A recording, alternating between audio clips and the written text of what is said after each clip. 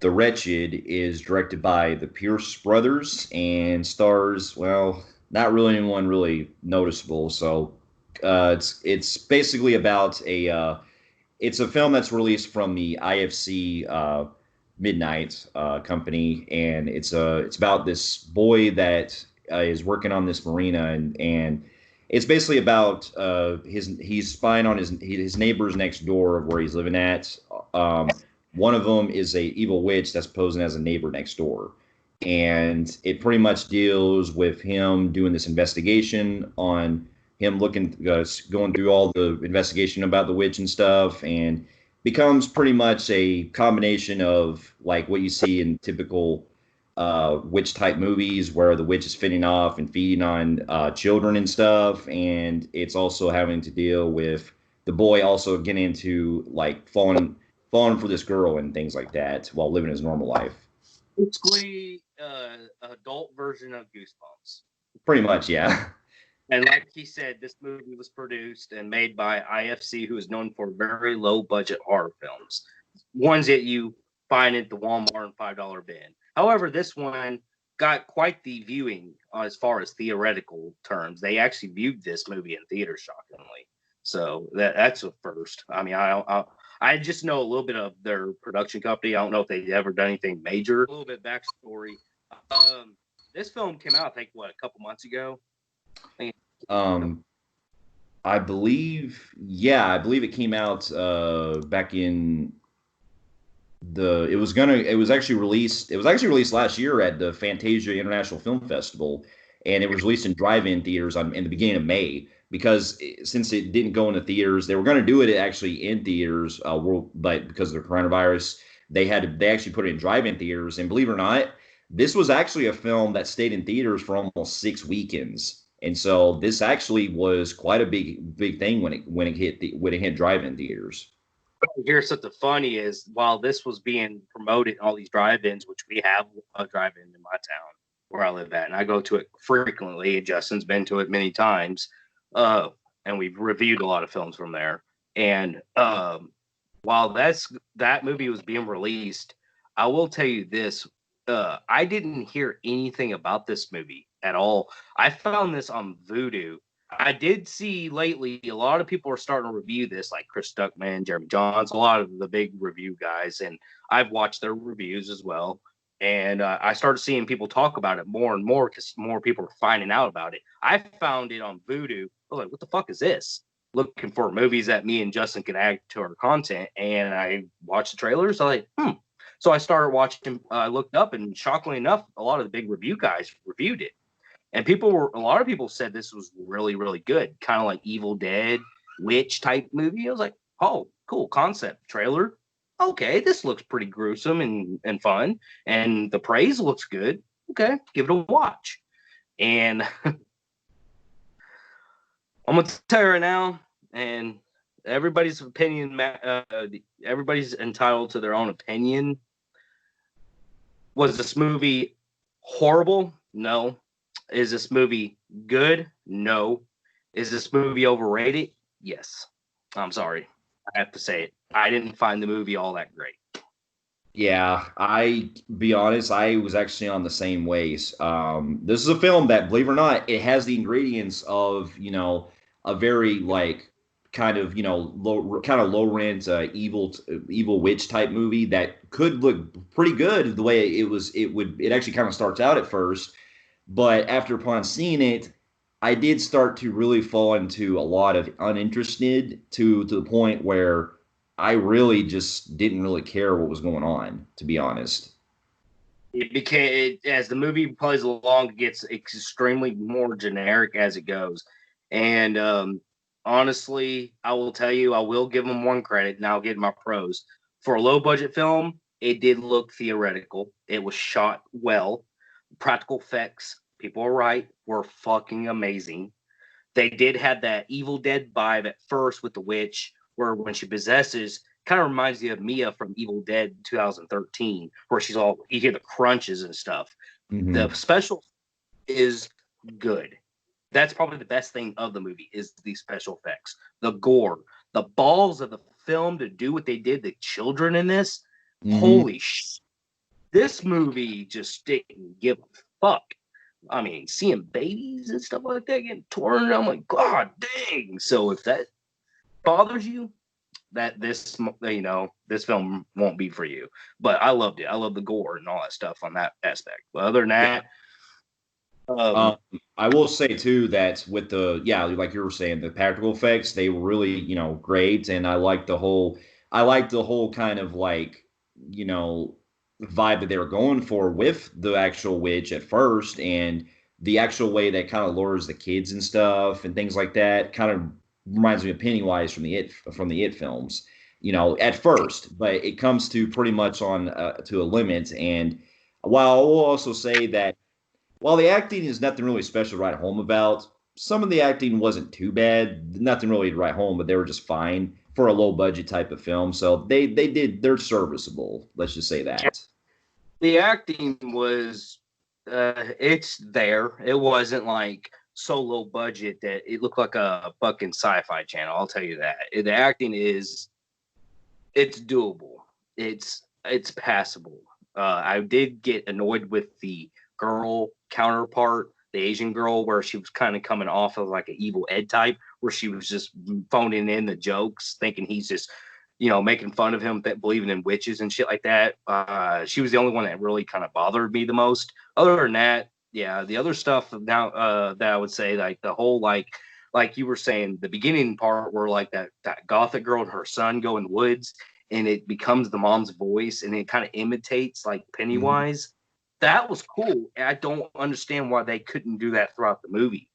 The Yeah, and direction that they there are some cool like technical there are some cool like filmmaking techniques that they kind of do like there's a part where it pans over and you don't hear any music and it shows like the witch in the background. There are some cool shots that they have a couple in the film. yeah, the background things where like it doesn't want you to know with the music and she's just standing there. I praise when people do like that, movies like that, because it's like the shape from Halloween. They did kind of similar stuff where she's in the background. You're like, oh fuck, dude, she's in the background. She's in the back. You get that kind of feel, which is good, but it only happened to the bare minimum, to Oh be yeah, honest. But trying to think honestly, yeah. um, They're I don't know we mentioned that was good in this film. I'm having so I guess I can get in my cons already. yeah. uh, like I said, a good concept going bad. Started out good direction with that whole like luring kids type thing. It does that's a witch thing. The fact that it becomes more of a Evil Dead demon thing, and they're going with this tree witch thing, confused the fuck out of me. Not to mention, there's no fucking backstory on this witch at all, and there's a symbol that pops up a lot throughout this movie, and they don't even fucking go back to it I or anything. for some reason, you know what that kind of looked like? I kind of thought for a second I was like, is this like the knockoff version of the Blair Witch Project? Because that logo kind of looks like a weird knockoff version of it in a way. Not to mention, I'll be honest with you, they got better with the effects with the witch. First of all, if you're expecting like the witch look, you're not going to get that. You're going to get the equivalent to. Not trying to say it's this bad, but you're going to get the equivalent to what people expected in Leprechaun Origins when they thought we were going to see a leprechaun. The witch does not witch up until towards the end where the boy's in that little tree thing and you actually see a legit like rotten woman type thing, which was cool. But the most of this movie where you see her where she's like creeping around, because I didn't get the whole concept. First of all, there's a lot of problems with this movie. Did we necessarily need that 35 years prequel right before the title card showed up? Because it really didn't make no sense to be part of the story. It's not like it was in the same house. It wasn't in the same town. It just randomly was fucking there. It just started the movie. Yeah, I mean, I guess we're supposed to imply that's the same. That's the original like. I guess that's the original owner of the house they go into or something, but it doesn't The even thing establish that really. doesn't really establish anything. For all we know, it could have been in fucking Kingdom Tut, Massachusetts, or somewhere else far away. I don't get where because the house doesn't. It's not the same house, and the neighborhood they kind of backdrop the whole suburban neighborhood doesn't even resemble where they're at in the movie. I'm like, okay, there's no backstory. Like, there's nothing about why does she haunt this town. She don't even haunt this town. It doesn't even go into anything. She could be going town to town or something like that. I don't know. We don't get anything on this. We don't get nothing about the little writing. There really isn't nothing very witchy about the film up until towards the end. So it's like, are you sure this movie's about witches and not a fucking tree demon? Because it's mostly a tree demon, felt like more to me. Yeah, it's like, okay, I understand if you want to maybe did like a witch type of film, and maybe take something with the kids and stuff, but it's kind of like counterintuitive because you're doing what Evil Dead does. Evil Dead uses trees and the fucking Deadite type shit. It's like, okay, were you just planning on doing a ripoff of Evil Dead and just at the last minute decided to throw a witch in there? Because that's what it felt like. It feels like they did that because they want to be considered carbon copying with Evil Dead.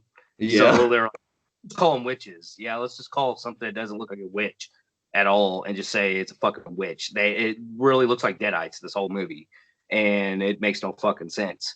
And well, anyways, this movie, one of my biggest problems is you get the cool part at the beginning, then you kind of get an all right ending part, which the kids are all wrapped up and there's some bodies and stuff like that, and the gruesome shit towards the end. Majority of this movie, we fall into the standard shit we see with low budget horror films. We get the teens getting drunk, the bully, the investigation, which is pretty boring. It comes off as like Goosebumps level. I'm not saying Goosebumps is bad, but if you remember Goosebumps back in the day when they start making movies, how low budget they look, this is where it starts falling real flat on the whole investigation. It becomes off as very Goosebumpish. I was not into it. I felt the story just dragged, and I was getting incredibly fucking bored. The whole looking like how many scenes we got him doing this and looking, and then the film starts coming off as kind of weird because then shit starts happening in the daytime.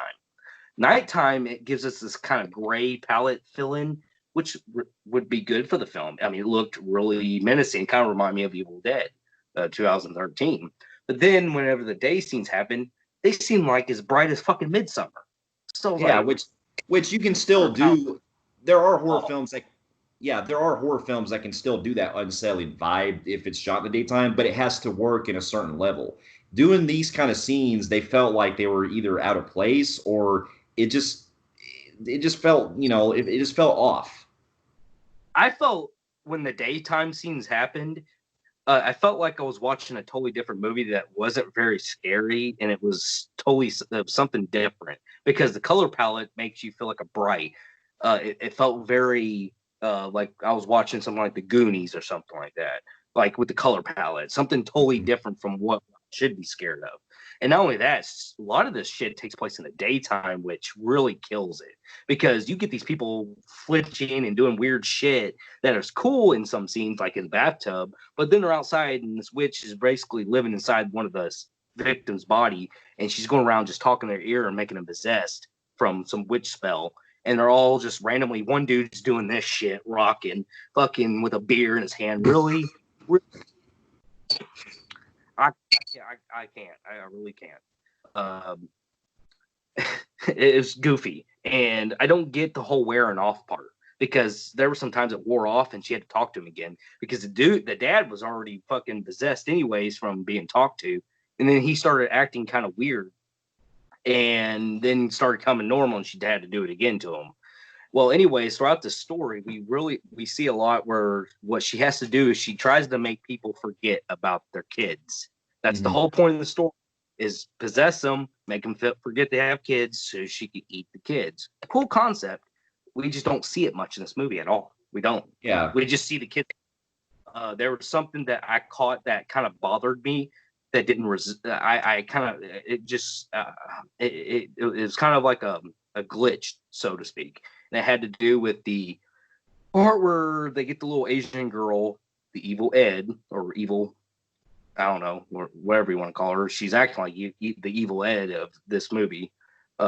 If you guys don't know what I mean by evil Ed, watch Fright Night. But anyways, she has a little sister who goes missing, and I got confused at this point because from what I know is it looked like it was the Asian girl who did it, who said, the girl and then took her, but instead it wasn't her. So I was a little confused. And then that little twist ending with the brother, that I was lost. A lot of that shit just came out of fucking nowhere.